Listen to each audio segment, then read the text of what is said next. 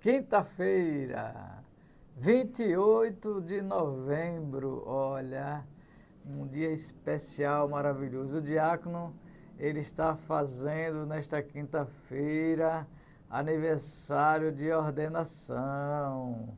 Se ordenou em 28 de outubro de 2008. Parabéns para o diácono Josival. Que bom que vocês estão nos acompanhando, nos prestigiando e também escutando a mensagem que Deus traz para cada um de nós, para cada um de vocês, para cada um de nós, em particular para mim e para você. Que Deus penetre cada vez mais nos nossos corações. E que alegria hoje, aniversário de ordenação diaconal e ainda dia de adoração ao Santíssimo, completo. Ou seja, hoje a festa é completa.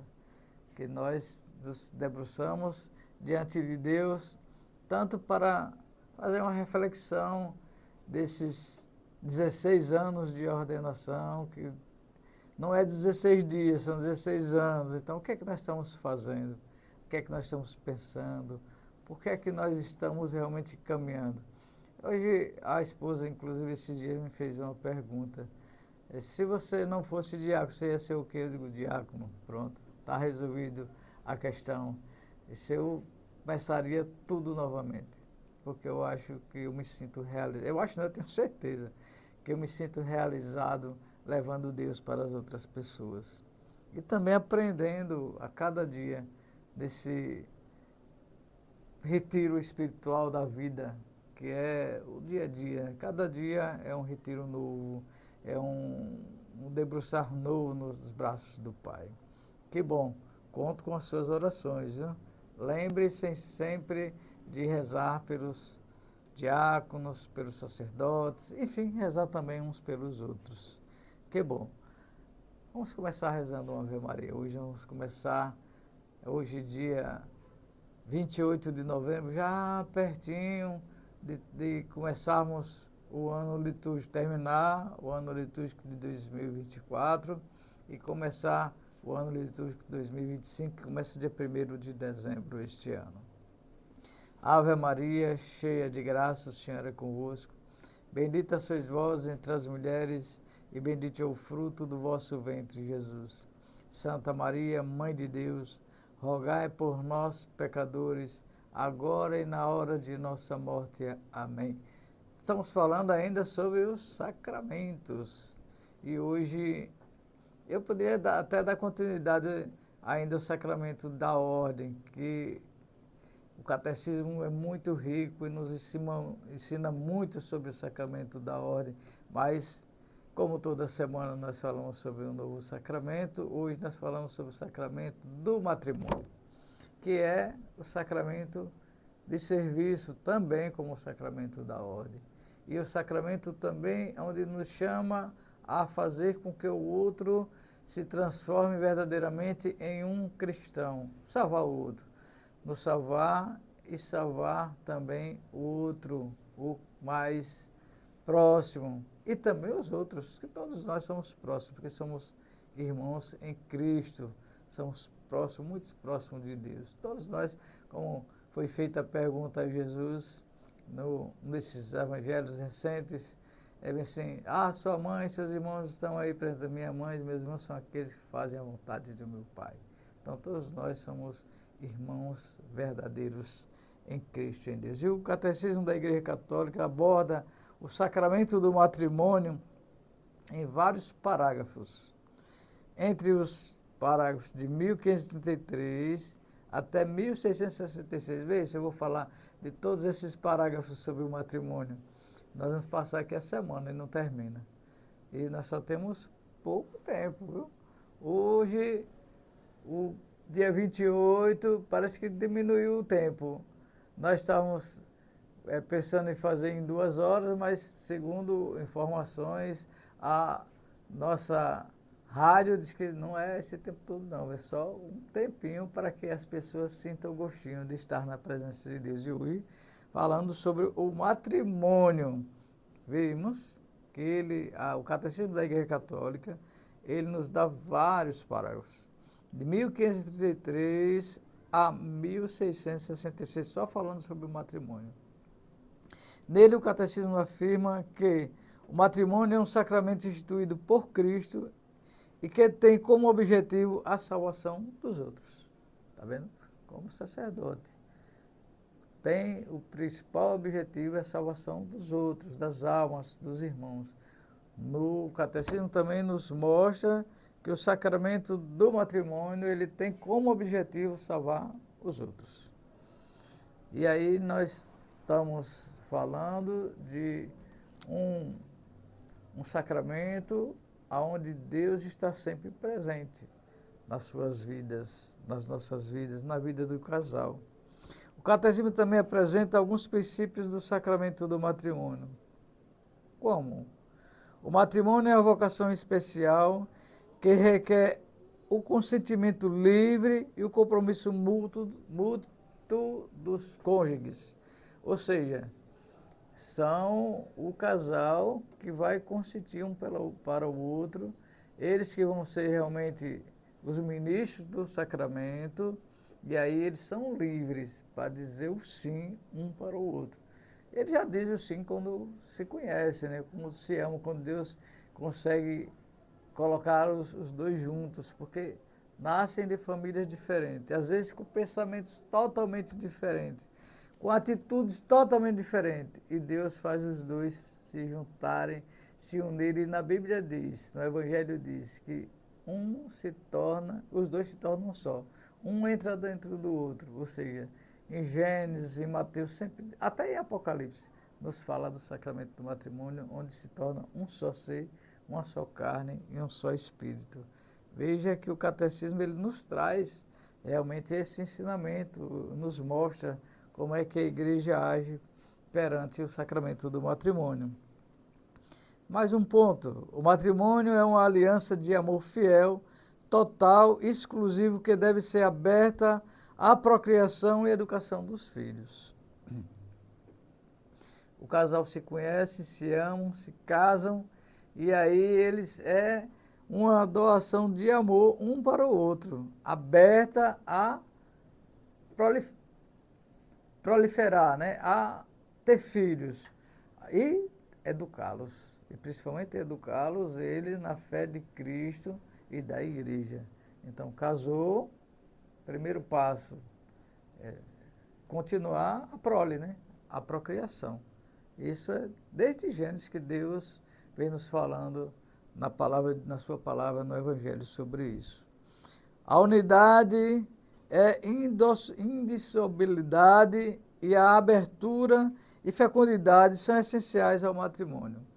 Veja, uma vez casado, para sempre. Indissolubilidade. Não casou na igreja, é indissolúvel, a não ser que seja em caso de matrimônio que não foi realizado, não existiu, que alguns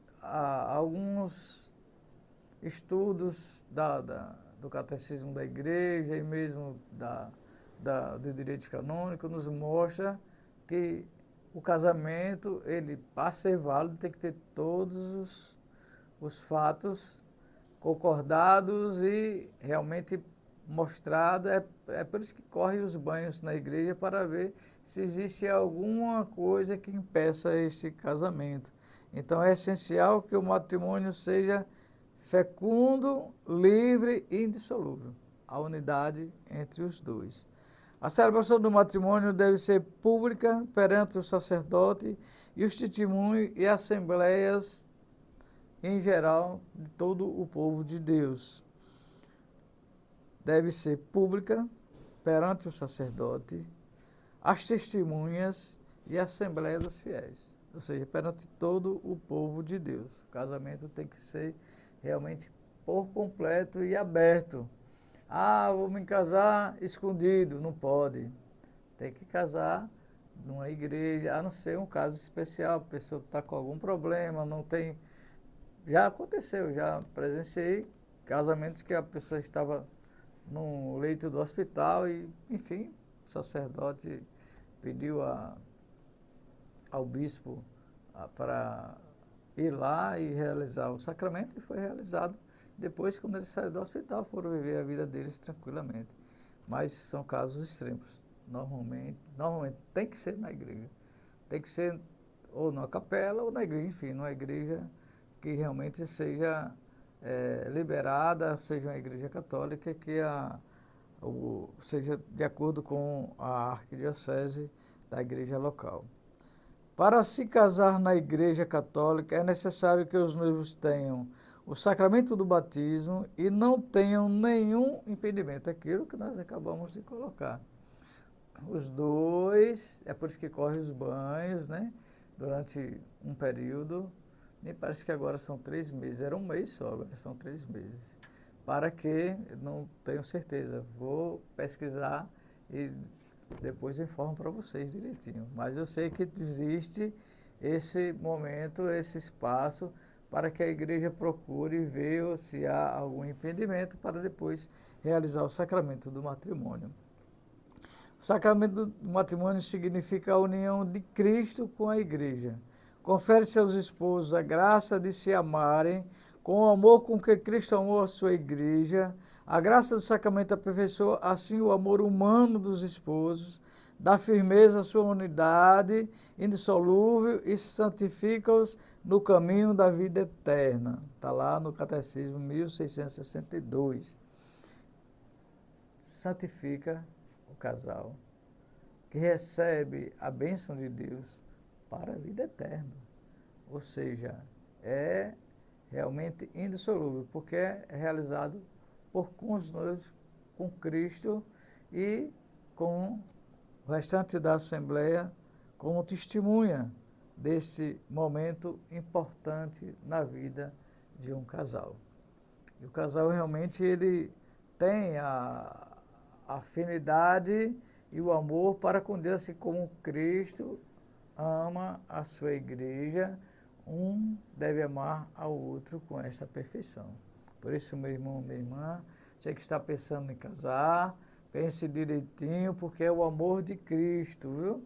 É o amor que você tem pelo outro, é o mesmo amor que você tem que ter para com Cristo. Então, amando, respeitando mutuamente, em todos os momentos da sua vida, como nós celebrantes, como vamos fazer o momento de sacramento, amar na alegria, na tristeza, na doença, enfim, em todos os momentos da sua vida, amar um ao outro, com a perfeição, realmente a mesma perfeição do amor que você tem para com Deus, você tem para com o outro. Amar é respeitar em todos os momentos. O Catecismo 1601, ele nos diz que é um pacto matrimonial pelo qual o homem e a mulher constituem entre si a comunhão íntima de toda a vida, ordenando por sua índole natural ao bem dos cônjuges e a procriação e educação da prole entre os batizados, que foi elevado por Cristo, Senhor, à dignidade de sacramento. Então, Cristo que elevou ao homem a dignidade desta união sacramental. A Sagrada Escritura começa pela criação do homem e da mulher, à imagem e semelhança de Deus, e termina com a visão das núpcias do Cordeiro, lá em Apocalipse 19, 9. Do princípio ao fim da Escritura fala sobre o matrimônio, da sua finalidade, das suas diversas realizações, ao longo da história da salvação, das suas dificuldades, nascidos do pecado e da sua renovação no Senhor Jesus Cristo. Lá em Coríntios 7, 39, ele fala da nova aliança, a aliança com Cristo e a igreja. O matrimônio da ordem da criação, a íntima comunidade da vida e do amor conjugal foi fundada pelo Criador, ou seja, fundada por Cristo, e dotada de leis próprias. O próprio Deus é o autor do matrimônio. A vocação para o matrimônio está escrita na própria natureza do homem e da mulher, tais como saíram das mãos do Criador.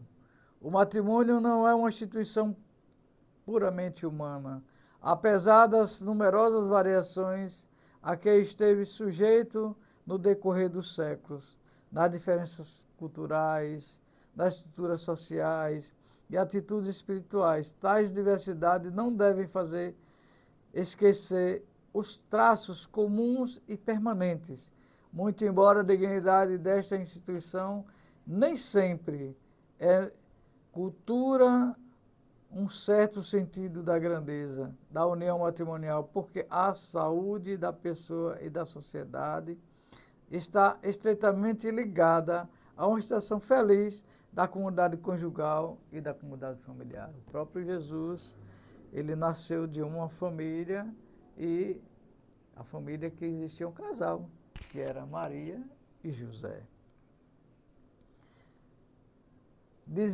Designar o sacramento do matrimônio, que é a virgindade por amor do reino de Deus, vem do próprio Senhor Jesus, e ele que lhe dá sentido e concede a graça indispensável para serem vividos em conformidade com a sua vontade.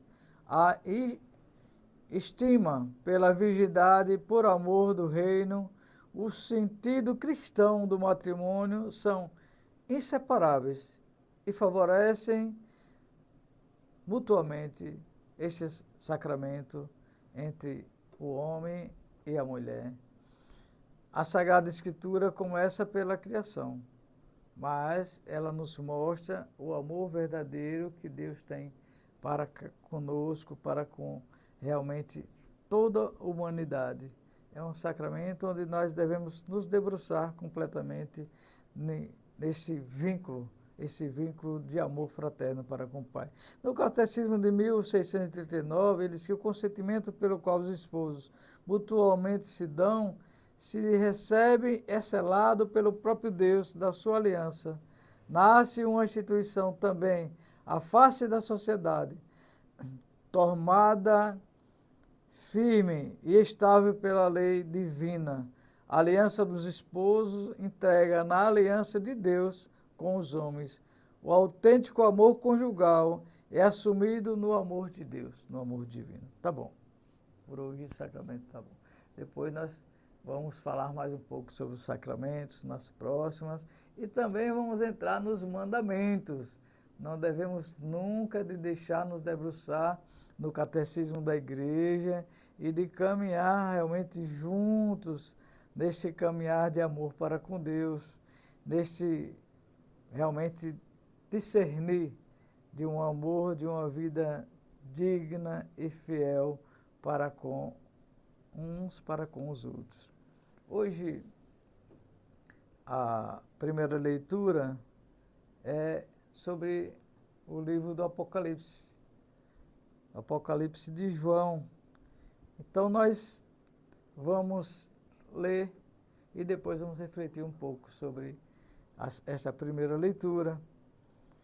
Ela é uma leitura muito rica, onde nos traz este amor verdadeiro para com ele. E é uma leitura extensa.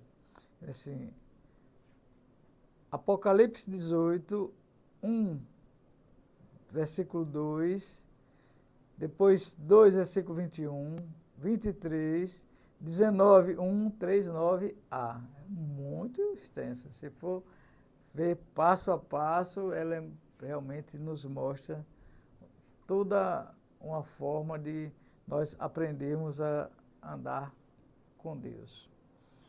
Leitura do livro do Apocalipse de São João. Eu, João, vi outro anjo descendo do céu, tinha grande poder e a terra fica toda iluminada com a sua glória. Ele gritou com voz poderosa: caiu, caiu Babilônia. A grande, tornou-se morada de demônios, abrigo de todos os espíritos maus, abrigo de aves impuras e nojentas. Nesta hora, um anjo poderoso levantou uma pedra do tamanho de uma grande pedra de moinho e atirou ao mar, dizendo: com esta força será lançada a Babilônia, a grande cidade, e nunca mais será encontrada.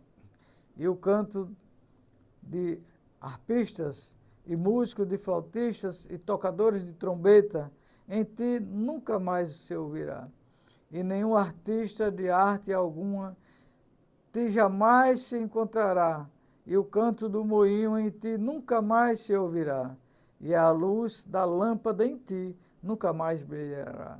E a voz do esposo e da esposa em ti nunca mais se ouvirá, porque os teus comerciantes eram os grandes da terra, e com magia tu enfeitiçastes todas as nações. Depois disso, houve um forte rumor de uma grande multidão no céu, que clamava, aleluia, a salvação, a glória e o poder pertencem ao nosso Deus, porque seus julgamentos são verdadeiros e justos. Sim, Deus julgou a grande prostituta, que corrompeu a terra com sua prostituição, e vingou nela o sangue dos seus servos. E repetiram, aleluia. A fumaça dela fica subindo para toda a eternidade. E um anjo me disse, escreve, felizes são os convidados para o banquete das núpcias do Cordeiro. Palavra da salvação. Glórias a vós, Senhor. Veja que intensa esta primeira leitura. E veja que ela é realmente bem complicada se a gente não se debruçar para entender. Ele nos fala da Babilônia, e ele fala, a Babilônia caiu. Ou seja, nós sabemos que a Babilônia, ela era uma cidade em que tinha prostituição, onde era realmente uma cidade onde Deus ele quis acabar com esse momento de tanto pecado. E ele nos mostra esse compromisso de amor para com a cidade que eles que julgou, ia destruir, ia tirar toda aquela prostituição, realmente desmontar todo aquele momento onde as pessoas não entendiam e viviam o mundo, vamos dizer assim, né? Depois dessas coisas, vi descer do céu outro anjo, que tinha grande poder, e a terra foi iluminada com a sua glória. E o clamou fortemente com grande voz, dizendo, caiu, a grande Babilônia, e tornou morada de demônios, e coito de todo espírito imundo, e coito de toda ave imunda e odiável da terra. Relata a visão daquela cidade, da Babilônia, as razões pelas quais a cidade deve ser destruída. O mensageiro que se dirige ao vidente, vem do céu, tem grande autoridade, ilumina a terra com a sua glória. Caiu a grande Babilônia. Esta linguagem é a maneira profética de mostrar que Deus tiraria do poder aqueles que dominavam e abusavam dos outros. Isaías profetizou contra o rei da Babilônia histórica, como cessou o opressor, como acabou a tirania, para ferir com ela as nações, e ele as regará com a vara de ferro. Ele mesmo pisa o lagar, ele mesmo dá sentido, o rei do Senhor e dos senhores. É possível descrever o anjo de Apocalipse 18 como um quarto anjo, apesar da Bíblia utilizar somente 2 vezes essa expressão no contexto da quarta trombeta e da quarta praga. Segundo o relato do cilindro do Ciro, na origem da queda da Babilônia, esteve uma ordem dada pelo deus Marduk ao imperador persa, no sentido de conquistar a cidade. O deus tutelar da Babilônia pretendia punir o rei Nabônico pelo seu desrespeito pelo culto eles não queriam que tivesse realmente culto a Deus. Eles queriam que a cidade se tornasse realmente uma cidade onde reinasse o dinheiro, a prostituição, desta forma. De forma direta, significa revelação. A palavra Apocalipse significa revelação, a qual foi dada por Deus ao apóstolo João sobre o fim dos tempos e a volta de Jesus. Consequentemente, esse termo acabou se tornando sinônimo de fim do mundo. O território onde hoje está o Iraque já abrigou uma das civilizações mais importantes da história da antiguidade. Ficava ali o Império Babilônico, famoso pela criação do Código de Hammurabi. O Catecismo da Igreja Católica nos mostra também sobre esta passagem do Apocalipse. Mas vamos ficar por aqui na primeira leitura. E vamos ao Salmo 99. Hoje o Salmo 99 também ele vem nos mostrar como nós devemos caminhar verdadeiramente neste amor para com Deus. O salmista, ele diz que o Senhor reina, assentando entre os querubins, como sobre toda a terra. Exalta a Deus, o Rei poderoso. Ele faz questão de destacar que o governo deste rei se estende por toda a terra. Não há limites para o seu reinado.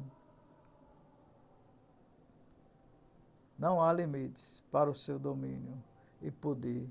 Ele é exaltado acima de todas as nações. Após isso, ele aborda um tema muito especial, o relacionamento entre as pessoas. O salmista expressa claramente que ele diz que alegra-se, ou seja, o Senhor preenche a alma, preenche a sua vida. Ele agradece ao Senhor por defendê-lo dos seus inimigos e livrá-lo de todos os seus temores. O nosso Deus cuida de nós com certeza, com amor, nos ajuda, nos mostra o caminhar. Então, o Salmo 99, ele nos mostra este amor que Deus tem para conosco. O salmista, ele vem nos relatando como é que nós devemos sobreviver com esta certeza que Deus nos ama verdadeiramente, no sentido de amor, um amor perfeito, um amor de Pai, um amor verdadeiro, aquele amor que nós, como nós estamos falando sobre o sacramento do matrimônio, o amor que Cristo tem para com a sua igreja, que somos nós, e o amor que Cristo tem para com cada um em especial. E este amor que nós devemos ter uns pelos outros. Pai nosso que estás no céu, santificado seja o vosso nome, venha a nós o vosso reino, seja feita a vossa vontade, assim na terra como no céu. Pão nosso de cada dia nos dai hoje, perdoai as nossas ofensas, assim como nós perdoamos a quem nos tem ofendido, e não nos deixeis cair em tentação, mas livrai-nos do mal. Amém. O Senhor esteja convosco, Ele está no meio de nós. Proclamação do Evangelho de Jesus Cristo, segundo Lucas. Glórias a vós, Senhor. Naquele tempo, Jesus disse aos seus discípulos: quando vides Jerusalém cercada de exército, ficais sabendo que a sua destruição está próxima. Então os que estiverem na Judéia devem fugir para as montanhas. O que estiveres no meio da cidade deve afastar-se. Os que estiverem no campo, não entrem na cidade, pois esses dias são de vingança para os que compram tudo e que dizem as Escrituras. Infelizes das mulheres grávidas e daqueles que estiverem amamentando naqueles dias, pois haverá uma grande calamidade na terra. Irá contra este povo. Serão mortos pela espada e levados presos para todas as nações. E Jerusalém será pisada pelos infiéis, até que o tempo dos pagãos se complete. Haverá sinais no sol e na lua, e nas estrelas. Na terra as nações ficarão angustiadas com o pavor do barulho do mar e das ondas. Os homens vão desmaiar de medo, só em pensar no que vai acontecer ao mundo, porque as forças do céu serão abaladas. Então eles verão o Filho do Homem vindo numa nuvem, com grande poder e glória. Quantas essas coisas começarem a acontecer, levantai-vos e erguei a cabeça, porque a vossa libertação está próxima. Palavra da salvação. Glórias a vós, Senhor. Veja que está falando da vinda de Jesus, da segunda vinda de Jesus. Está falando aí dos segredos aonde nós devemos nos debruçar, das forças do céu, das forças de Deus. E nós vemos que realmente é importante a gente prestar muita atenção a essas passagens do Evangelho, principalmente esta passagem hoje, onde Lucas ele nos fala da segunda vinda de Jesus, onde ele vem com poder e glória e todo mundo vai ser julgado. Todo mundo vai ser julgado. O Evangelho de Lucas nos fala claramente sobre isso. Jesus fala sobre a destruição de Jerusalém e a chegada da libertação, ou seja, acaba todos esses tempos e passa a ser o tempo de Deus. O Kairos, o tempo civil vai acabar e vai todo mundo viver no tempo de Deus. Tomara que estejamos todos preparados. Vamos rezar para estar todos preparados, para neste dia irmos todos rezar e adorar o Senhor no céu. E ele diz aí, infelizes das mulheres grávidas e daqueles que estiverem sendo amamentados naqueles dias, pois haverá uma grande calamidade na terra e irá contra seu povo. Serão mortos pela espada e levados presos para todas as nações. E Jerusalém será pisada pelos infiéis, até que o tempo dos pagãos se complete. Ou seja, vamos estar preparados, vamos rezar, porque o tempo de Deus está próximo e nós devemos estar preparados, debruçados realmente no caminho do Senhor. Estamos vivendo o tempo que precede ao advento, tempo de espera, tempo de arrependimento, tempo consciente das nossas ações e atentos ao que podem significar as coisas que acontecem ao nosso redor.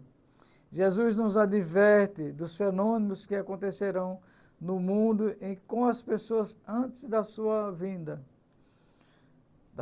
gloriosa. Se prestarmos atenção, muitos sinais já se fazem notar hoje no mundo. A maioria das pessoas se apavora quando ouve falar desses prognósticos, porém, os que têm a percepção dos ensinamentos evangélicos compreendem que as palavras de Jesus vêm nos edificar e nos ajudar e manter a esperança na libertação do seu povo. Veja que o Evangelho de hoje ele vem claramente nos falando da vinda de Jesus, das coisas que estão acontecendo. Quantas coisas estão acontecendo aí?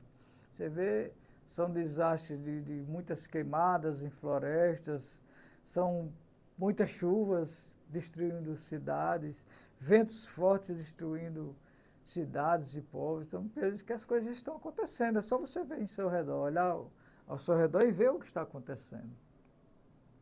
E as coisas realmente que a Bíblia vem nos mostrando.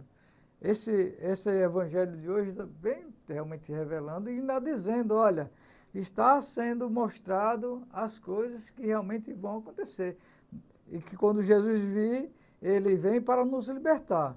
Quem confia nele tem a esperança da libertação. O mundo à nossa volta se angustia e sofre. Muitas pessoas passam por dificuldades, se sentem perdidas. No entanto, isto é o prenúncio da libertação. Jesus mesmo nos esclarece quando diz, quando essas coisas começarem a acontecer, levantai-vos e erguei a cabeça, porque a vossa libertação está próxima. Jesus já veio como um homem e chegou para nós por meio do seio de Maria. se entregou por nós, foi crucificado, morto, ressuscitou para a nossa salvação. Está vendo? Essa expressão é retomada por todos os evangelhos. Numa retomada de profecia. Você vê no livro de Daniel, no 9:27, sobre os 70 semanas. Cremos que este mundo, conforme a profecia de Jesus, está caminhando para o fim. O mundo está caminhando para o fim deste mundo. Mas vamos em busca do caminho do mundo celeste, do mundo para com Deus. O dia do julgamento e a destruição de Jerusalém não era novidade para os judeus. Jesus alerta, sim, para a iminência da destruição de Jerusalém, pela rejeição do Evangelho. O pessoal queria viver o mundo, não queria viver o Evangelho, não queria ver a divindade, não queria viver para as coisas de Deus. Então Jesus promete a destruição de Jerusalém. Segundo o historiador, mais de 1 milhão de pessoas morreram quando os romanos destruíram Jerusalém e o seu templo nos anos 70.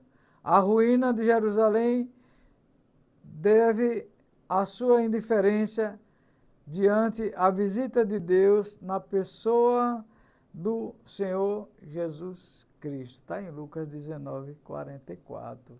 Na pessoa de Cristo, do próprio Jesus que desceu do céu para nos mostrar esta verdadeira caminhada para com Deus. Fala também do julgamento do fim do mundo. Só a cegueira espiritual nos impede de reconhecer os claros sinais que anunciam o dia do julgamento para os que recusam a palavra de Deus e não respeitam a graça da salvação. Veja, Deus, ele diz que no seu evangelho que vai separar os cabritos dos cordeiros, ou seja, aqueles que estão praticando sempre o pecado e aqueles que se arrependem, que buscam ser verdadeiros e íntimos para com Deus. Este evangelho de hoje, ele nos deixa felizes para aqueles que estão caminhando nos caminhos do Senhor e triste para aqueles que vivem a perdição.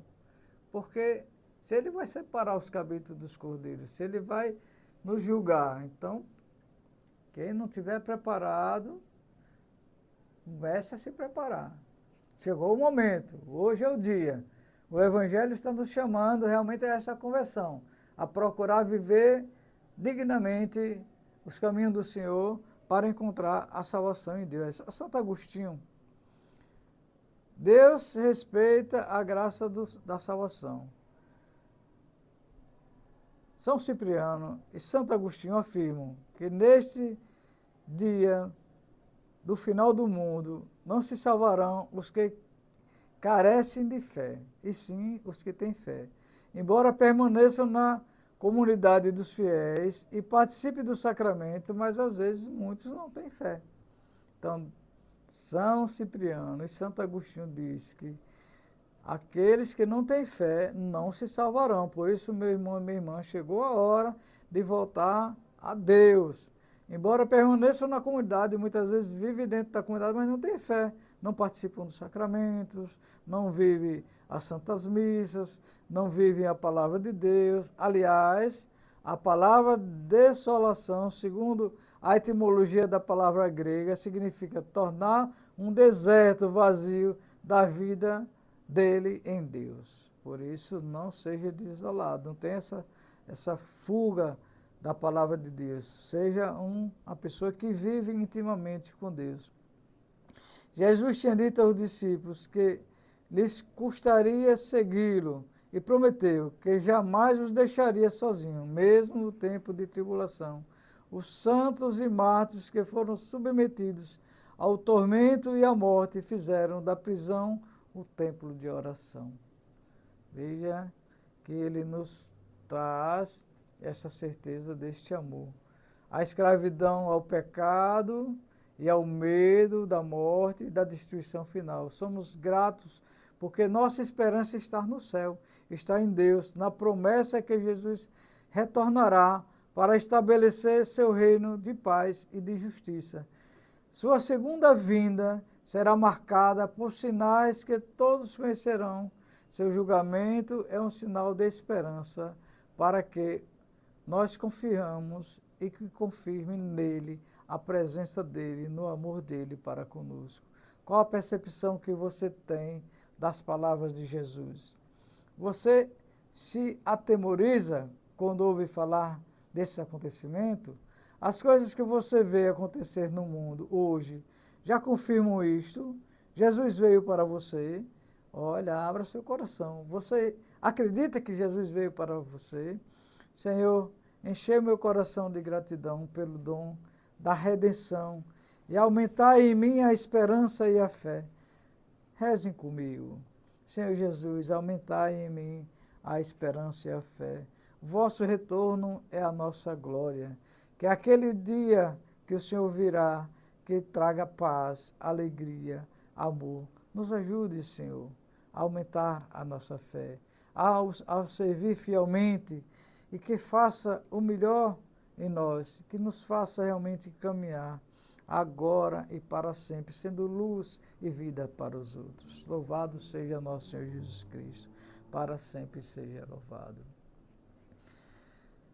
Creio em Deus Pai Todo-Poderoso, Criador do céu e da terra, e em Jesus Cristo, seu único Filho, nosso Senhor, que foi concebido pelo poder do Espírito Santo, nasceu da Virgem Maria, padeceu sob Pôncio Pilatos, foi crucificado, morto e sepultado, desceu à mansão dos mortos, ressuscitou ao terceiro dia, subiu aos céus, está sentado à direita de Deus Pai Todo-Poderoso, de onde há de vir julgar os vivos e os mortos.